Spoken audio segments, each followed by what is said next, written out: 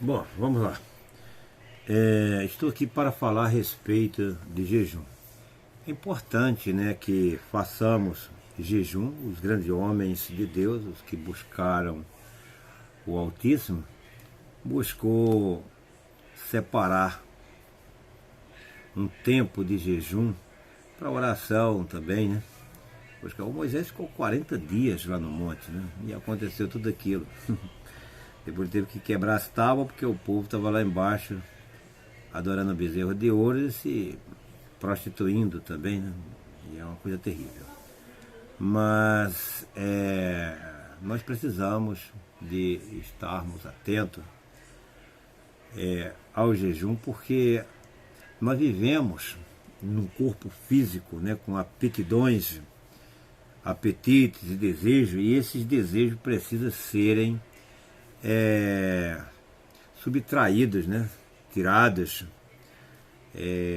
não totalmente, né, porque a gente vive no mundo e nós somos alma, corpo e espírito, e a alma é a sede dos desejos, dos apetites, e não tem como não desejar.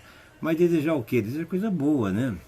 E às vezes pode acontecer, né, de haver determinado tipo de desejos que não são consagrados, e os nossos desejos devem ser consagrados para que Deus possa realizar os nossos desejos. Está lá no Salmos, no capítulo 37, versículo 4, também no Provérbio 24, versículo, eu não estou bem lembrado, mas eu gostaria, sim, de falar aqui a respeito desse jejum. O Espírito de Deus, ele veio sobre o Jaaziel, isso está no capítulo 20, versículo 15 do livro de Segundas Crônicas, né? E quando o Espírito de Deus veio sobre aquele homem, ele se levantou. Aquele homem não era profeta, aquele homem estava ali voluntariamente para adorar a Deus. E o Espírito de Deus veio ali, talvez por falta de algum profeta, né? E usou ele de forma poderosamente falando, e ele disse assim: dai ouvido, todo Judá, todo o país, toda a nação, e vós moradores, ou seja, vocês moradores de Jerusalém, especificamente de Jerusalém, e tu, ó rei Josafá. Aí tem um ponto final, interessante, né? Aí ficou o restante aqui, né? Tem um ponto final. Então, ele falou do povo e falou do rei Josafá. Você sabia que o rei Josafá, se a gente for ler ali no capítulo 19, um pouquinho antes, nós vamos observar que Josafá teve um encontro com Acabe, e isso foi muito prejudicial para ele, e veio um profeta chamado Anani, está no capítulo 19, versículo 2, e Jeú. Na verdade, o nome do profeta não era Anani, mas sim Jeú, que era filho de Anani, okay? Um vidente. Ele saiu ao encontro e disse ao rei Josafá: devias tu ajudar ao ímpio e amar aqueles que o Senhor aborrece? Devias? Pois bem, a gente devemos aborrecer, como o pastor ainda estava falando agora há pouco na live dele, né? Lendo lá no livro de Lucas, a respeito daquilo que Jesus Cristo falou, dizendo que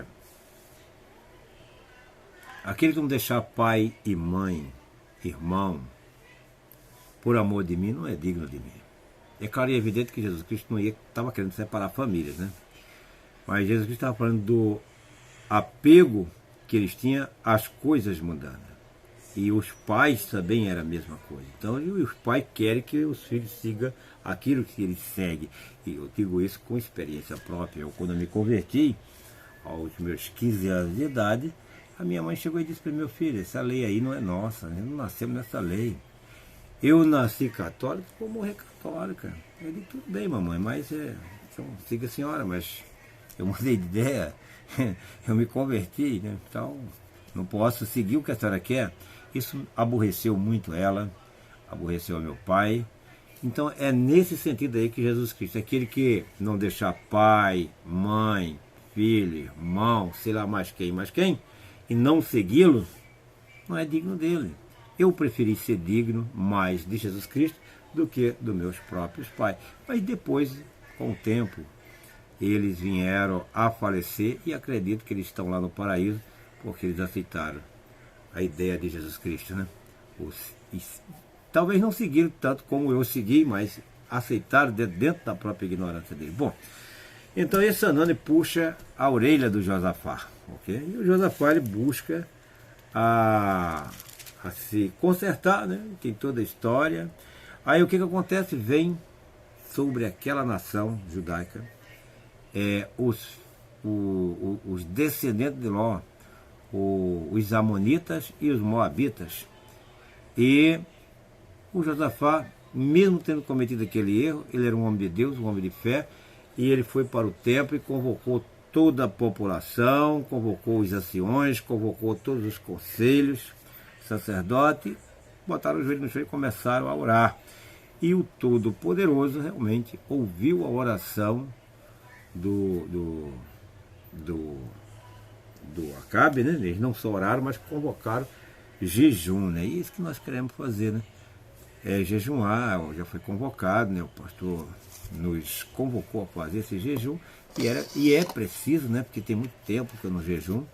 É importante, às vezes a gente jejuma até por coisa, como eu jejuei nessas eleições passadas aí, né? Que esse governo que está aí, está no poder, colocaram ele lá, né?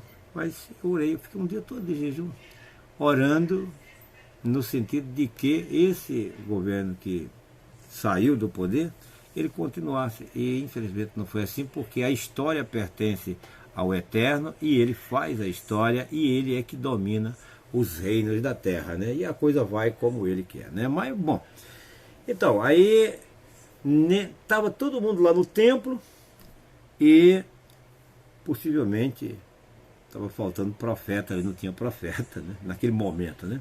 E levantou-se esse tal de Jaaziel, e ele levantou-se e falou realmente pela boca de Deus. Ele foi boca de Deus naquele momento. Muitas vezes você tem que ser boca de Deus na sua casa, para seu filho, para sua filha, para seus netos. Você precisa de ser boca de Deus. Eu preciso de ser boca de Deus. E às vezes eu sinto essa necessidade e me sinto até acovardado em determinado tipo de momento. Mas é importante buscar ser. Você só pode ser boca de Deus se você realmente estiver consagrado. Então é preciso fazer essa consagração. Deus ouve, Deus usa homens, Deus usa mulheres, mas é preciso que esteja consagrado, porque Deus é santo, é separado, é puro. Ele não vai usar. É como eu tenho um pensamento de que os pássaros, eles não ficam em lugares poluídos. Da mesma forma o Espírito Santo também não ficam em lugares poluídos. Vamos lá para o texto do capítulo 20 de 2 Crônicas, versículo 14 e o 15. 14. Então veio o Espírito do Senhor no meio da congregação sobre Jaaziel, filho de Zacarias, que é filho de Benaias, e filho de Jeiel, filho de Matanias, levita dos filhos de Asaf. Então ele está falando aqui da genealogia, né? Filho, neto, bisneto, tataraneto, por aí vai. Esse Jaaziel disse, versículo 15, dai ouvido todo Judá, toda a nação de Judá, e vós, moradores de Jerusalém, e tu, ó rei Josafá. Tem um ponto final aqui, né? Então ele parou, né? Mas ele deu uma continuada dizendo, assim o Senhor vos diz, não temam, nem se assustem, por causa desta grande multidão, pois a peleja não é vossa, senão de Deus. Amigo, a peleja, a guerra que sobrevém sobre vocês, não é vossa, é daquele lá de cima, Ele vence, Ele é poderoso para isso. Creia nisso, confie, tenha essa confiança. A guerra não é sua, a guerra Deus vence. Sabe o que aconteceu aqui? Eles começaram a bater cabeça entre eles, porque eram os amonitas e os moabitas. Eles eram primos do outro, que era parentela de Ló. Mas tinha os filhos de Seir que entrou no meio, que não era nada deles. E houve um desentendimento. Isso já foi coisa de Deus. E nesse desentendimento eles começaram a brigar entre si e matar entre si. Quando o exército de Israel foi ver, era cadáver por toda parte morto. E assim Deus venceu a guerra. E da mesma maneira, ou de uma maneira semelhante, né, Deus ele vai arrumar meios para que a guerra seja vencida e não você entrar na peleja, mas sim o Deus Todo-Poderoso, é Ele que entra na peleja. É isso, meus amigos, estamos todos aí prontos já para esse propósito e que Deus nos abençoe. Tenha uma